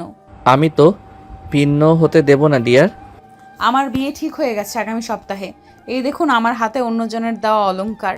অভ্র আলিশার হাতটা শক্ত করে চেপে ধরে ঝাঁঝালো কণ্ঠে বলল, এই হাতে আমার দেওয়া অলংকার থাকবে, এক্ষুনি খুলে ফেলো এটা। রাস্তার মধ্যে দাঁড়িয়ে অসভ্যতা করার মানে কি? ছাড়ো হাত। তোমার খুলতে হবে না, আমি খুলে দিচ্ছি। স্টপ, পাগলামি করা বন্ধ করো, ছাড়ো বলছি। অভ্র বালাটা খুলে ছুঁড়ে মারবে তার আগে আলিশা বলে, বালাটা একজনের মায়ের, সেটাকে অপমান করার অধিকার তোমার নেই মিস্টার অভ্র। অভ্র আলিশার হাতে বালাটা দিয়ে বলে, যা হয়েছে সব কিছুর জন্য সরি, আর কখনো এমন কিছু হবে না, প্লিজ ফিরে এসো। ফেরার সব পথ বন্ধ, আমি তোমার কাছে কিছুতেই ফিরবো না। ফিরতে তোমাকে হবেই, হয়তো তোমার ইচ্ছেতে, নয়তো জোর করে ফিরবো। আলিশা রিক্সা ডেকে রিক্সায় উঠে যায়। অভ্র আলিশা যাওয়ার দিকে তাকিয়ে থেকে মুচকে হাসে। ওদিকে মানাফরা বাসায় এসে দেখে নানা রকমের খাবারের ঘ্রাণ। মানাফ বলে, আম্মু, আমরা তো বাসা ছিলাম না, তবে রান্না কে করেছে? হয়তো স্বামীয়া এসেছে, ও ছাড়া আর কি? আমাদের পিচি এত বড় হয়ে গেছে নিজের হাতে রান্নাও করতে পারে। সেলিনা বেগম কোনো কথা না বলে চলে গেলেন নিজের রুমে। মনির সাহেব পিছু পিছু গেলেন। মানাফ বলল, আমাদের বাসার পরিবেশ আজকাল বড় অদ্ভুত হয়ে গেছে, তাই না? একটা কথা বললাম কেউ পাত্তাই দিচ্ছে না। এরপর তোর বউ এসে তোকে পাত্তা দেবে। সামনে থেকে দেখি আমার কিউট আপি কি কি রান্না করেছে। আপু, সত্যি সামিয়া রান্না করেছে? তো তোকে কি আমি মিথ্যে বলছি? চল আমি যাই দেখি পিচিটা কত বড় হয়েছে। সামিয়া নীল কালারের শাড়ি পরা, শাড়ির আঁচল কোমরে গুজে পাক্কা গৃহিণীর মতো রান্না করছে। চুলগুলো কাটা দিয়ে উঁচু করে বাঁধা, কোমর দৃশ্যমান। মানাফ এগিয়ে সামিয়ার চুল খুলে দিল। হঠাৎ চুল খুলে যাওয়ায় সামিয়া এদিক ঘুরতেই চাইলে সামিয়া চুলে এসে মানাফের মুখশ্রীতে বাড়ি খায়। মানাফ বলে, মেয়েরা কি চুলেও পারফিউম ব্যবহার করে? মানাফের কণ্ঠ শুনে সামিয়া দ্রুত নিজের শাড়ি ঠিক করে নিয়ে বলে, স্যার আপনি? এটা অফিস নাকি বাসা? হায়, আমার পিচিটা কত বড় হয়ে গেছে। সত্যি তুই সামিয়া তো? আমি যথেষ্ট ভদ্র আর শান্ত। জানা আছে কেমন ভদ্র। আমার ঠোঁটকে যেন ক্লাস 3-তে থাকতে চুমুক দিয়েছিল। তখন আমি ছোট ছিলাম। এদিকে তাকা দেখি এখন কতটা বড় হয়েছিস। আমাকে দেখে আর কি হবে? যাকে দেখতে গেলে তাকে কেমন লাগলো? খুবই ভালো, তবে বুঝলি সামিয়া, মেয়েটা পুরো বোম্বাই মরিচ। সামিয়ার কথা গলায় আটকে গেল, কিছু বলতে গিয়েও থেমে গেল। হুমায়রা বলল, মানাব যা তো এখান থেকে সর। তোর কি সমস্যা? আর সামিয়া এদিকে তাকা, তোকে দেখেই চলে যাব। আমাকে দেখতে হবে না বললাম তো। বুঝেছি বলেই মানাব সামিয়ার বাহুতে হাত রেখে সামনের দিকে ঘোরালো। সামিয়া নিচের দিকে তাকিয়ে আছে। মানাব বলে, মাশাআল্লাহ, তাড়াতাড়ি জানো তোর জন্য জামাই খুঁজতে হবে। অফিসে তো খেয়ালই করিনি। এমনভাবে মাশাআল্লাহ বলো না, মনে হচ্ছে নিজের বউকে দেখছো। তোমার লজ্জা করে না আরেক বেটার বউকে এভাবে দেখছো? তুই জানিস, ছোটবেলায় সামি আমাদের বাসায় আসলে ঘুরতো আর বলতো আমি মানাব ভাইয়ের বউ, আমি মানাব ভাইয়ের বউ। সে হিসেবে একবার দেখলাম। দেখেছো যখন, এবার আমাকে বকশিস দাও। কিসের বকশিস রে? দেখছি এটাই বেশি। কোনো বকশিস দিতে পারবো না, আমি দেখেছি এটাই তোর বকশিস। হিমু আপু তোর ভাইকে বল আমাকে বকশিস দিতে। আমি কি এতই সস্তা নাকি কেউ খালি হাতে আমাকে দেখবে? মানাফ এক হাতে সামিয়ার চোখ আটকে ধরে বলে, চল তোকে বকশিস দেখাবো। তোকে কি ফ্রিতে দেখা যায়? হুমায়রাও পিছু পিছু আসলো। মানাফ এক হাতে চোখ আটকে রেখে অপর হাত দিয়ে কভার থেকে একটা প্যাকেট বের করে বলে, এবার চোখ খুল। এর মধ্যে কি? যা গিয়ে খুলে দেখ। সামিয়া হুমায়রার রুমে এসে গিফটের প্যাকেট খুলে তো অবাক হয়ে গেল। সামিয়ার চোখের কোণে অশ্রু টলমল করছে। আস্তে আস্তে বলে, আচ্ছা সত্যিই কি মানাফ ভাই আমাকে ভালোবাসে না? যদি ভালো নাই বাসবে তাহলে সে ক্লাস 7-এ থাকতে বলেছিলাম আমার জন্য বারবি গাউন আর শু আনতে, আর সাথে সুন্দর একটা মাথার তাজ, সাথে আরও এত এত চকলেট। দেখ যা যা বলছি সব এনেছে, সব। তবুও দিন শেষে এই মানুষটা নাকি আমার হবে না। মন খারাপ করিস না, আমি নিজেও বুঝলাম না মানা ফোট করে আলিশাকে কেন বিয়ে করার জন্য পাগল হলো। আলিশাকে মানে তোমার বান্ধবী আলিশা আপুকে? হুম। দেখলি আপু, আবার প্রমাণিত হলো পুরুষ মানুষ রূপের পূজারী। তুই কি দেখতে কম সুন্দর নাকি? আমার চেয়ে এক গুণ হলেও আলিশা আপু বেশি সুন্দর, তাই তো নিজে থেকে বড় মেয়েকেও মানাফ বিয়ে করতে চাইছে। কিন্তু আলিশা আপুর তো একটা রিলেশন ছিল। সেটা তো ব্রেকআপ হয়ে গেছে। আলিশা আপু রাজি হলো? ও তো রাজি না, কিন্তু ওর বাবা মা কেমন জানিস তো, জোর করে হলেও দিবে। থাক, আফসোস করে লাভ নেই, কিছু জিনিস দূর থেকেই সুন্দর। তখন পেছন থেকে মানাফ বলে, এসব বলে তো হবে না, এত কষ্ট করে নিয়েছি, আমাকে পরে দেখা। মনে করে আনার জন্য ধন্যবাদ। সামিয়া আর কিছু বলবে তার আগেই মানাফের ফোনটা বেজে উঠল। মানাফ মোবাইলের দিকে তাকিয়ে বলে, নাম্বার তুই দিয়েছিস আপু? আলিশা চাইলো। এখন আসছি, এই ভালো কাজের জন্য তোকে ট্রিট দেবো। আলিশা আপু কল করেছে? তাই তো মনে হচ্ছে। আমি বিয়েটা করব না, কতবার বলছি, জোর করে বিয়ে কেন দিচ্ছ? দেখো, তোমার হ্যাঁ নাতে কিচ্ছু আসে যায় না, যা মান সম্মান নষ্ট করার করেছো। এবার আমরা যা করব তাই করতে হবে। কিসের মান সম্মান নষ্ট করেছি আম্মু? ওইটা জাস্ট একটা অ্যাক্সিডেন্ট, সেটার খেসারত আমি কেন দিব? তুমি আমাকে বোকা ভাবো? বৃষ্টির মধ্যে রোমান্টিক মুভমেন্ট ক্যামেরায় বন্দি করে বলো অ্যাক্সিডেন্ট? সে যাই হোক, আমি যা বলছি তাই হবে। এখন তর্ক না করে এখান থেকে যাও। আম্মু, আমার কথাটা তো শোনো। যা বলছি তাই। আলিশা রেগে রুমে এসে হুমায়রা থেকে মানাফের নাম্বার নিয়ে কল করলো মানাফকে। ওপাশ থেকে রিসিভ হতেই আলিশার কর্কশ কণ্ঠে বলে, আপনাকে কি বলেছিলাম? কে আপনি? একদম নাটক করবেন না, আপনি ভালো করেই বুঝতে পেরেছেন আমি কে। ও মিস বোম্বাই মরিস, তা হবু জামাইকে এত মিস করছিলেন বুঝি? আলিশা খট করে কলটা কেটে দেয়। এরপর ঈশানের রুমে এসে বলে, ঈশান রিদির বাসা কোথায়?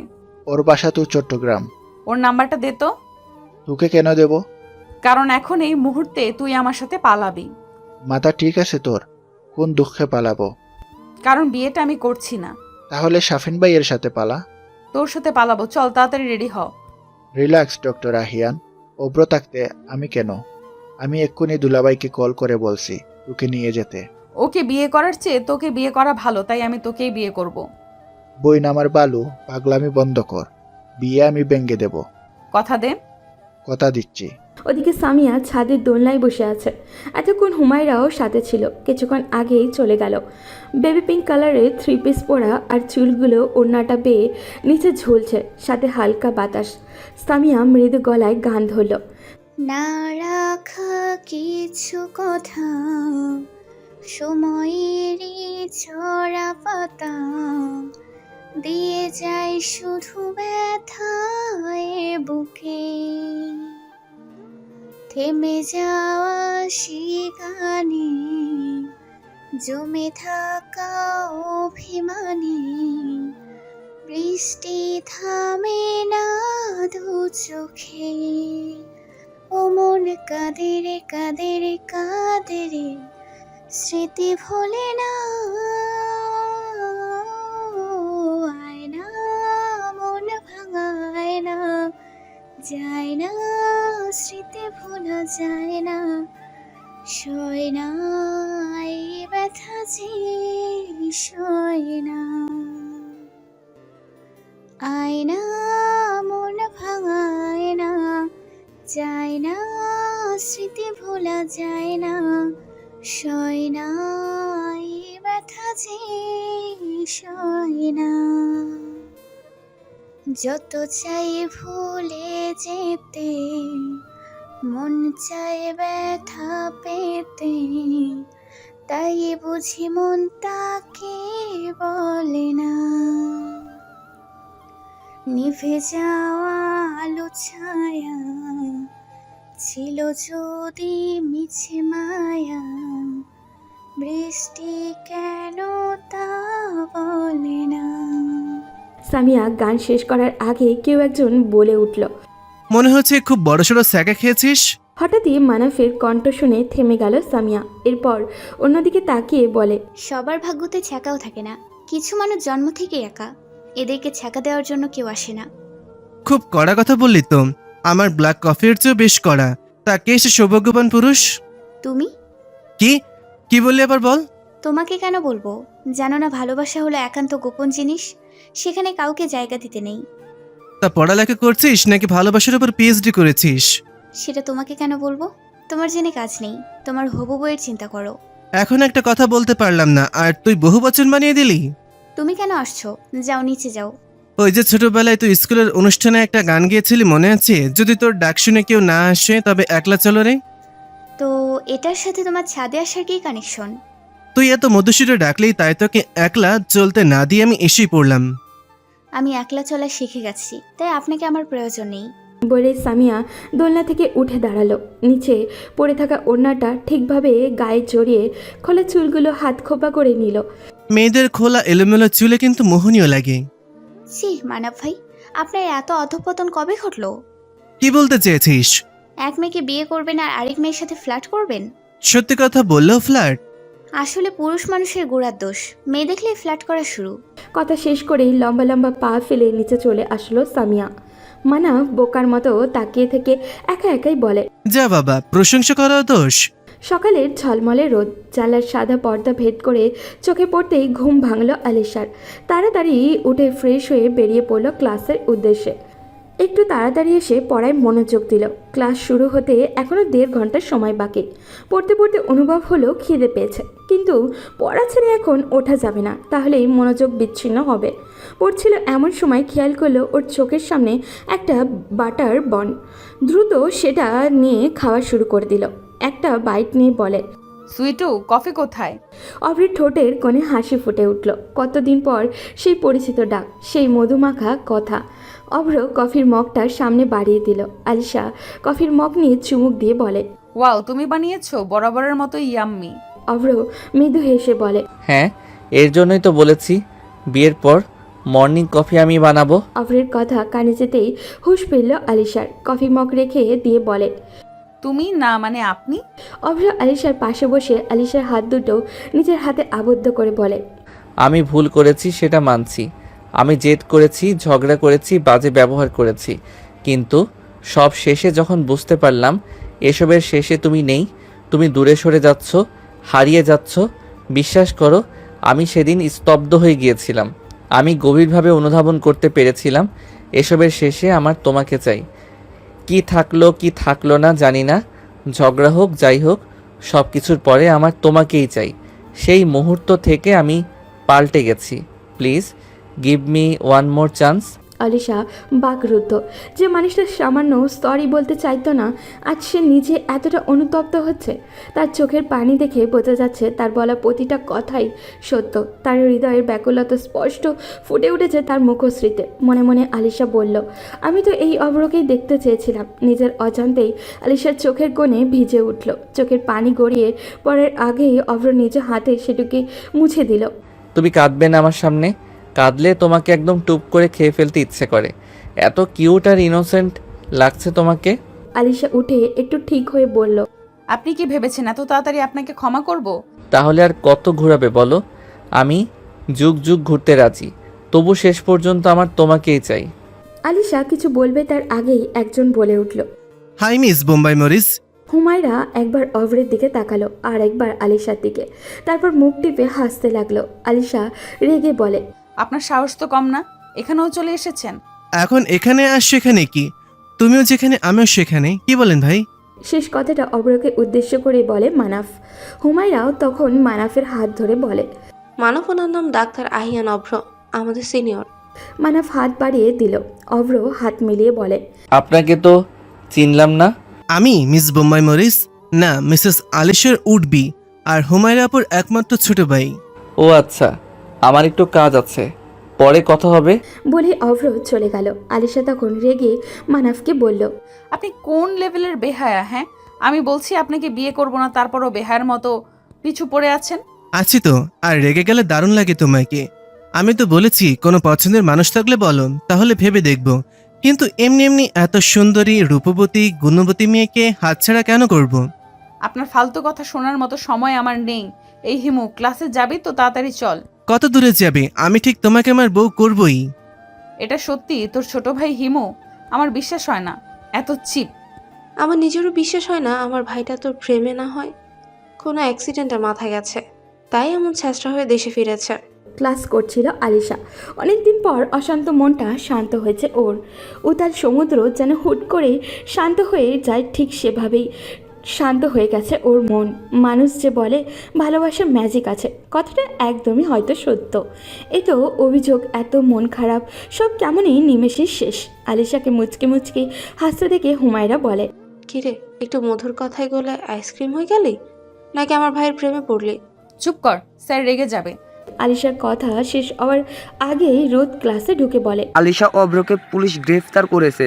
আলিশা বিস্মিত দৃষ্টিতে রোদের দিকে তাকিয়ে আছে। প্রফেসর আব্দুর রহমান বলেন, কি হচ্ছে কি ডাক্তার রোদ? দেখছেন তো ক্লাস চলছে। স্যার, আলিশাকে ইমার্জেন্সি একটু দরকার ছিল। ক্লাস থেকে বের হয়ে আলিশা রোদকে বলে, দেখুন রোদ ভাইয়া, এখন যদি বলেন মিথ্যা নাটক করে আমাকে ক্লাস থেকে নিয়ে এসেছেন, তাহলে কিন্তু। আলিশা সত্যিই গ্রেফতার হয়েছে অব্র। গতকাল রাতে ওর ওটি ছিল ডাক্তার রায়হানের সাথে, কিন্তু কিছু ত্রুটির কারণে রোগী মারা যায়, তাই রোগীর ফ্যামিলি কেস করেছে। আচ্ছা, এখন অব্র কোথায়? মতিঝিল থানায়। হসপিটাল কর্তৃপক্ষ কি পদক্ষেপ নিয়েছে? এখনও কিছু বোঝা যাচ্ছে না, কারণ তারা আন্দোলন করেছে। রোদ সাথে নিয়ে থানায় পৌঁছালো আলিশা। সেখানে অব্রের বাবা ডাক্তার আরাফাত আগে থেকেই উপস্থিত ছিলেন। তিনি জামিনের ব্যবস্থা করেছেন। আলিশা একটু দূরে দাঁড়িয়ে আছে। অব্রকে মুক্ত করা হলো। আলিশা সেটা দেখে থানা থেকে বের হয়ে যেতে নিলে এমন সময় অব্র বলে, দাঁড়াও আলিশা। অব্র আলিশার সামনে এসে বলে, তার মানে কি তুমি আমাকে ক্ষমা করেছো? আপনি বিপদে পড়েছেন তাই দেখতে এলাম। আমি যখন বিপদে পড়েছিলাম আপনি আমাকে সাপোর্ট করেছেন, আমি অকৃতজ্ঞ না। ডাক্তার আরাফাত সাহেব আলিশাকে উদ্দেশ্য করে বললেন, আলিশা চৌধুরী তোমার নাম, তাই তো? আসসালামু আলাইকুম। জি আঙ্কেল। তোমার কথা থাকলে পরে বলো। এখন আপাতত কিছুদিন অব্রকে নীরব থাকতে হবে, জানোই তো পরিস্থিতি। জি, আসি আঙ্কেল। গুড গাও, এসো তবে আবার দেখা হবে। আলিশা বের হয়ে চলে আসলো। আরাফাতও সাহেব আর অব্র পাশে গাড়িতে বসে আছেন। ড্রাইভার ড্রাইভ করছে। আরাফাত সাহেব বললেন, ভুলটা কি সত্যি হয়েছে? Yes or no? ইয়েস, তবে সেটা ডাক্তার রায়হানের জন্য হয়েছে। আমি বলছিলাম এটা এভাবে করলে রোগীর মৃত্যুর সম্ভাবনা আছে। সে আমাকে ওটিতেই ধমক দিয়ে বলে, তুমি ভুলে যাবে না তুমি নতুন আর আমি তোমার সিনিয়র। ওটি আমি নতুন করছি না, এটা তোমার জন্য নতুন। এই কথাগুলো শুনতে এমন কজন আছে? দুজন নার্স। আর আলিশাকে এখানে কে আসতে বলছে? ও নিজে থেকে এসেছে। ওদিকে মানাফ নিজের রুমে ল্যাপটপে কাজ করছিল। এমন সময় হুমায়রা এসে বলল, মানব, তোর সাথে আমার কিছু কথা আছে। আমি জানি তুই কি বলবি, আর তুই যা বলতে এসেছিস সেটা আমি আজকে জেনেছি। তাহলে তোর ইচ্ছে কি এখন? জোর করে তো আর কিছু পাওয়া যায় না। আমার আলিশাকে ভালো লাগতো এটা সত্যি, কিন্তু তাই বলে তো আর জোর করব না। এখন কারো পেছনে ঘোরা বা কাউকে ইমপ্রেস করার মতন সময় নেই। একটা ভালো মেয়ে দেখে বিয়ে করব। আচ্ছা, একটা কথা বলতো, যদি তোকে অপশন দেওয়া হয় তাহলে তুই কোনটা বেছে নিবি? কেমন অপশন? তুই যাকে ভালোবাসিস আর যে তোকে ভালোবাসে, এই দুজন থেকে কাকে বেছে নিবি? প্রশ্নটা কঠিন, তার উত্তর আরো জটিল। তবে এখন থেকে যাকে বেছে নেব আমার মনে হয় তাকে নিয়ে আমি ভালো থাকব। তাহলে তুই সামিয়াকে বিয়ে করে নে, সুখে থাকবি। কত লক্ষ্মী মেয়েটা। তুই কি ওকালতি করতে এসেছিস? বয়ে গেছে আমার, তোর কপালে এত ভালো বউ নেই। হুমায়রা নিজের কথা শেষ করে রুমে চলে আসলো। রুমে এসে দেখে তার মোবাইল ভাইব্রেট হচ্ছে। দ্রুত মোবাইল নিয়ে রিসিভ করে কানে তুলতেই ওপাশ থেকে একজন রাগী কণ্ঠে বলল, কতবার কল করেছি জানোই তো, এই সময় আমি কল করব। কি আশ্চর্য, রাগ করছো কেন তুমি? আমি মানাফের সাথে কথা বলছিলাম। এবার গুনে গুনে 10 বার আই লাভ ইউ বলো। কি নির্বাধের মতো শুরু করলা বলো তো? এসব টিনেজাররা করে, বুঝছো? ভালোবাসা তো ভালোবাসাই, বলো এখন দ্রুত, নয়তো আমি বাসার নিচে চলে আসব। ওকে বলছি, আই লাভ ইউ। এভাবে 5 বার বলে থামতেই সৌরভ গম্ভীর গলায় বলল, থামলে কেন, বলো আরো 5 বার। এরপরেও বলতে বললে আমি বলবো আই হেট ইউ। বিল্লি আর ভালো হইলা না। ভালো হতে পারবো না, ভালো লাগলে অন্য কোথাও দেখতে পারো। খুব কথা শিখেছ, একবার পাই শুধু। হুমায়রার কথার মাঝে সামিয়া এসে বলে, হিমু আপু, আজ আমি তোর সাথে ঘুমাবো। হুমায়রা কল কেটে দিয়ে বলে, সমস্যা নেই, আরও ভালো, দু ননদ ভাবি জমিয়ে আড্ডা দেবো সারা রাত। আর ভাবি হওয়া, তোর ভাই তো পছন্দ করে অন্য কাউকে। তাতে কি, ভাবি পছন্দই তো করে, ভালো তো আর বাসে না। পছন্দ পরিবর্তন হতে সময় লাগে না। বাদ দাও তো, তোমার কি খবর সেটা বলো। আমার আবার খবর? ওদিকে সন্ধ্যার পর থেকেই হসপিটাল এরিয়ায় আন্দোলনকারী লোকের ভিড় বেড়েছে কয়েক গুণ। ডাক্তার রাহানকে গ্রেফতার করতে পারেনি, কিন্তু ডাক্তার অভ্রকে গ্রেফতার করার পরেও জামিনে কেন মুক্ত করা হলো সেটা নিয়েই উত্তাল। অভ্র টিভিতে সে নিউজ দেখছিল, ইচ্ছে করছে টিভিটা ভেঙে ফেলতে। যেখানে তার কোনো দোষই নেই সেই কাজের শাস্তি, আবার কেরিয়ারের হুমকির মুখে। কিছুক্ষণ টেনশন করে আলিশাকে কল করলো। কল করার সাথে সাথেই রিসিভ আলিশায় আগে বলল, কি অবস্থা এখন?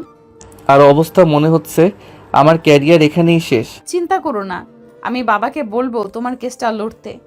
তোমার বাবা শুনবে তোমার কথা? কেন শুনবে না? বাবা আজ রাতের ফ্লাইটে ঢাকা ফিরছে, আগামীকাল সুযোগ বুঝে বলবো। যদি শ্বশুর মশাই আমার কেস লড়ে তবে আমি জিতবই, শত হোক জামাইকে ন্যায় বিচার দিবেই।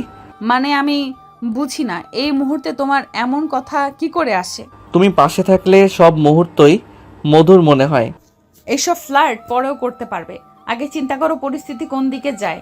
দেখলাম রোগীর স্বজনরা লাশ নিয়ে যাচ্ছে না, তাদের একটাই কথা, অপরাধীকে শাস্তি না দেওয়া পর্যন্ত তারা লাশ গ্রহণ করবে না। দেখো আমরা ছেলে মানুষ, আমাদের টেনশন তোমাদের চোখে পড়বে না, কারণ তোমরা টেনশনে কেঁদে ভাসিয়ে দিতে পারো, আমরা পারি না। আমার এত সাধনার ক্যারিয়ার হুমকির মুখে। আমি কি মানসিকভাবে ঠিক আছি? কিন্তু তবুও তোমাদের মতো টেনশন করতে পারি না। রিল্যাক্স, এত বড় বড় কথা বলতে হবে না। তোমার স্বাদের ক্যারিয়ার কেউ নষ্ট করতে পারবে না, আর ভুলটা যেহেতু তোমার না, সেখানে চিন্তা করতে হবে না। আচ্ছা, এই নার্সদের নাম বলো তো, যারা ওই দিন তোমাদের সাথে ওটিতে ছিল। ঈশা আর রাত্রি। আমাদের আগে ওদের স্টেটমেন্ট নিতে হবে, এখন ওরাই ভরসা। তোমাকে এত ভাবতে হবে না, খেয়ে ঘুমিয়ে পড়ো। আমি করব, তোমাকে বলতে হবে না। তুমি খেয়ে ঘুমাও, যা হবে দেখা যাবে। জানোই তো, সত্য কোনোদিন চাপা থাকে না। আলিশা অভ্র একটা ক্যাফেতে পাশাপাশি বসে আছে। অভ্র আলিশার দিকে তাকিয়ে বলে, এবার বুঝেছি তোমার এত জেদ কোথা থেকে আসলো। যেমন বাপ তার তেমন মেয়ে। কোর্টে বসে বলে কি না, এক চট দিয়ে তোমার দাঁত ফেলে দেব। আরে এভাবে না বললেই তো হতো। তুমি কোনো কথা বলবে না, যা বলার আমি বলবো। তোমার কি বাজে বকবক করার স্বভাব যাবে না? আমার বাবা তো ঠিক কাজটাই করেছে। তুমি যদি হাফ মেন্টালের মতো বকবক করতে থাকো, তাহলে রায় তোমার বিপক্ষেই যেত। ইয়ার তোমার বাবা ভালোভাবে তো বলতে পারতো। বাবা সবার সাথে ভালোভাবে কথা বলে না, যে যেমন তার সাথে ঠিক সেই ভাষায় কথা বলে। আলিশা, এবার তাহলে আমার বাবাকে তোমাদের বাসায় বিয়ের প্রস্তাব দিয়ে পাঠাই। আমি তোমাকে বিয়ে করব না। এই কথাটা আর বলো না। আমি ভুল করেছি, এটার জন্য আমি অনুতপ্ত। আর বর্তমানে এই রুম ডেট কোনো ফ্যাক্ট না, অহরহ এমন হচ্ছে। বর্তমানে হত্যা, গুম, চুরি, ডাকাতিও অহরহ হচ্ছে। তাই বলি কি এটা অন্যায় না? যারা করছে তারা সবাই নির্দোষ। অন্যায় কাজ যতই অহরহ হোক, সেটা অন্যায়ই থাকবে। হ্যাঁ, আমি নিজের ভুল বুঝতে পেরেছি। আচ্ছা আজ উঠি, তোমার কথাটা ভেবে দেখব। ডিয়ার রেইনবো, কোনো ভাবাভাবি নাই। শ্রাবণ মাসের আর 10 দিন বাকি। এই 10 দিনের মধ্যেই বিয়েটা করে ফেলতে চাই। আপনি চাইলেই তো হবে না, আমি ভেবে বলবো। ওদিকে মানব ডায়েরির প্রতিটি পৃষ্ঠা উল্টাচ্ছে আর অবাক হচ্ছে। কেউ এত যত্ন করে ভালোবাসতে পারে? সামিয়াকে না দেখলে বুঝতে পারতো না হয়তো। আর সে কিনা হুট করে নিজের ভালো লাগাকে প্রশ্রয় দিতে গিয়ে এই নিষ্পাপ ভালোবাসাটাকে অবহেলা করছে। ডায়েরিটা জায়গা মতো রেখে দিয়ে অপেক্ষা করছে সামিয়ার জন্য। একটু পর সামিয়া কফি আর কিছু হালকা নাস্তা নিয়ে এসে বলে, তাড়াতাড়ি খাও আর নিজের বাসায় চলে যাও। এই, তুই আমাকে তাড়িয়ে দিচ্ছিস? মনে করো তাই? এবার তাড়াতাড়ি খেয়ে বিদায় হও দেখি। স্যার, তুই মামিকে ডেকে বল তার একমাত্র মেয়ের জামাই এসেছে, জামাইয়াতের ব্যবস্থা করতে। দেখো, বাজে না বকে আমার রুম থেকে যাও। তুমি রাগও যদি ফুল হয়ে ঝরে যাব, তুমি কাঁদো যদি হৃদয় মরে যাবে। সামিয়া অবাক হয়ে বলে, এটা তুমি জানলে কি করে? তুমি আমার কৃষ্ণচূড়া, তুমি আমার পলাশ, তুমি আমার কাঠগোলাপ, তুমি আমার শিমুল। সব বসন্তের সব রঙে তুমি আমার প্রিয়তমা। তুমি আমার শ্রাবণ দিনের প্রথম কদম ফুল, তুমি আমার শুকনো ঠোঁট এক পরম সুখ। তুই আমাকে ভালোবাসিস, আগে কেন বললি না? তুমি বলার সুযোগ দিলে কই? এসেই তো অন্য মেয়েকে বিয়ে করার জন্য পাগল হয়ে গেলে। বাদ দাও সেসব, ভালোবাসলেই তাকে পেতে হবে এমন তো কোনো কথা নেই। কিন্তু আমার তো তোকেই বিয়ে করতে হবে, তোর সুন্দর সুন্দর ছন্দ পড়ার জন্য, শোনার জন্য। আপনি যাকে বিয়ে করতে চেয়েছেন সে একজন লেখিকা, আর আলিশা আপুর লেখার হাত দারুণ। বাদ দে আলিশা মালিশা, আমার তুই হলেই চলবে। এখনও রিজেক্ট করেছে তাই আসছো? শোন, তুই আমাকে ভালোবাসিস তাই আমাকেও রিজেক্ট করেছি, নয়তো আমার মতো হ্যান্ডসাম ছেলেকে কেউ রিজেক্ট করে? ইস, আমার হ্যান্ডসাম অভ্র ভাইকে দেখেছো? সে কত হ্যান্ডসাম। সামিয়া, তুই আমার সামনে অন্য ছেলেকে হ্যান্ডসাম বলছিস? আমার সামনে অন্য মেয়েকে বিয়ের জন্য লাফালাফি করতে পারবা আর আমি হ্যান্ডসাম বললেও দোষ? কি রে, তোরা কি কথা বলছিস?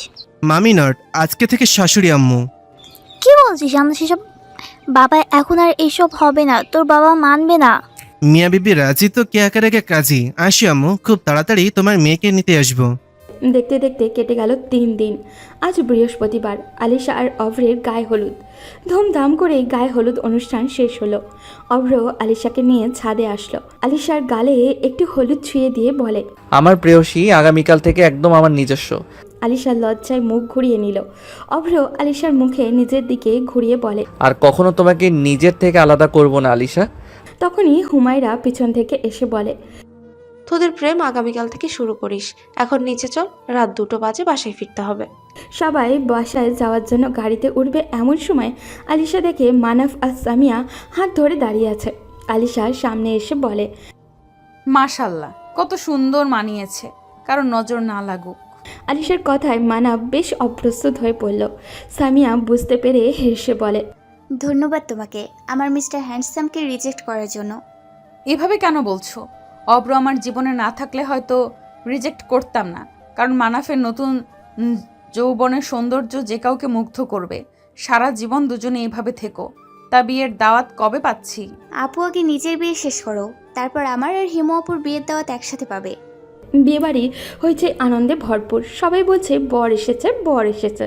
এই শব্দটা কানে যেতেই আলিশার বুকের ভেতরে কেমন ধক করে উঠল। বিয়ে মানে একটা নতুন জীবন। বছর পুরনো প্রেমিকটাও স্বামী হিসাবে পারফেক্ট হয় না, আবার একদিনে পরিচিত মানুষটাও পারফেক্ট স্বামী হতে পারে।